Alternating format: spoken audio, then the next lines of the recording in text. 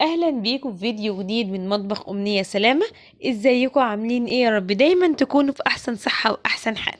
شتاء، يعني حتة كيكة وكوباية شاي ولبن في الفطار في العشاء. ما بين الفطار والغدا وما بين الغدا والعشاء نلاقي نفسنا كده رايحين على صينية الكيكة، ناخد حتة كده ونعمل كوباية شاي، وحاجة بتبقى في منتهى الجمال.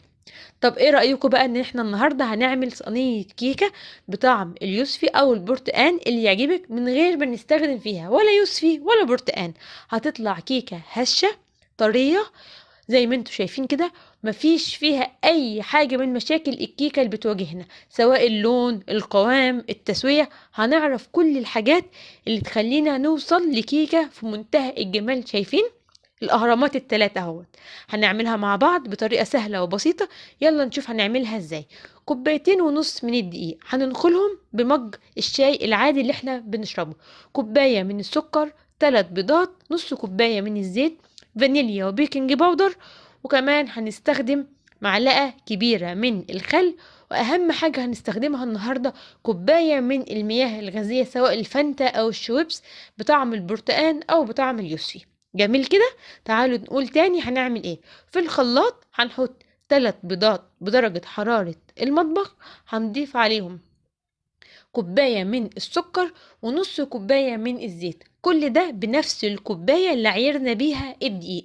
هنضيف ايه بعد كده؟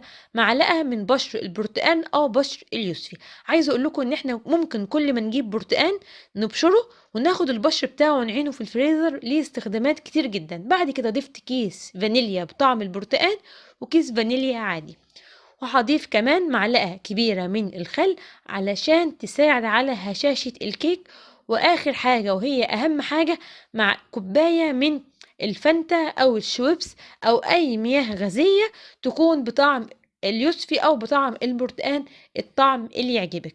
هنضيف الكوباية دي على الخلاط. شايفين اول ما بننزل بيها جوه الخلاط؟ شايفين الفوران اللي بيحصل؟ بنشغل الخلاط 3 4 دقايق لحد ما السكر بتاعنا يدوب والخليط بتاعنا يبقى هش كده، ويعمل زي ما انتم شايفين كده فوم او رغاوي على وش الخلاط. نرجع للمكونات الجافة. كوبايتين ونص من الدقيق المنخول، عليهم معلقة كبيرة من البيكنج باودر، وعليهم معلقة صغيرة من الكيك شيف أو محسن الكيك لو موجود ممكن نستغنى عنه. وبعد كده ما ننساش رشة الملح. السوائل اللي في الخلاط هنزل بيها على الدقيق، وفي اتجاه واحد هقلب كل المكونات دي مع بعض. مش لازم نستخدم مضرب يدوي، ممكن بالمعلقة بأي حاجة عندك، ما تأزميش الأمور.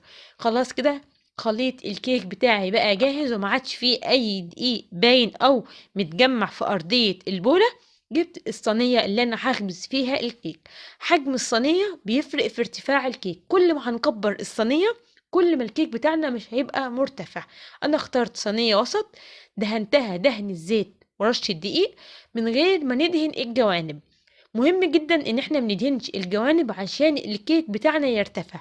لما بندهن الجوانب بنقول دايما الكيك بتاعنا مرتفع من النص ومن الجناب اقل، ارتفاعه اقل. فانا ما دهنتش الجوانب، وتعالوا نشوف النتيجة هتبقى عاملة ازاي.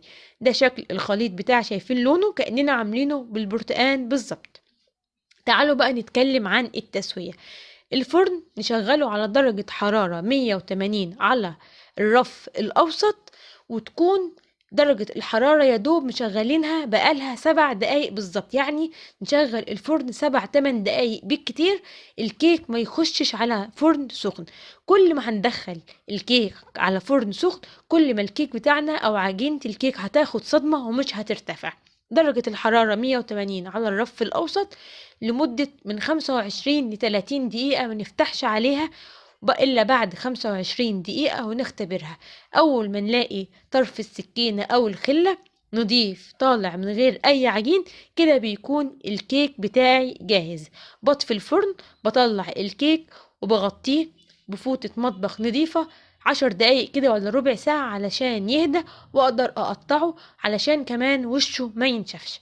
شايفين شكل الكيك؟ وكمان كان سخن اهو زي ما انتوا شايفين كده. عايزه اقول لكم ان كوبايه المياه الغازيه اللي احنا ضفناها فرقت جدا في طعم ولون وقوام الكيك.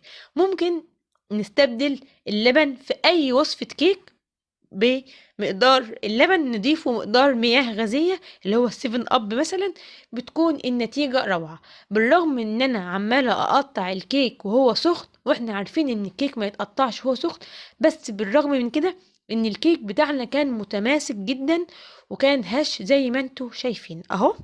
ايه رأيكم؟ كيكة في منتهى الجمال. يا رب الفيديو يكون عجبكم، ولو عجبكم الفيديو ما تنسوش الاشتراك وتفعيل زر الجرس عشان توصلكم فيديوهاتي الجديدة. مع السلامة.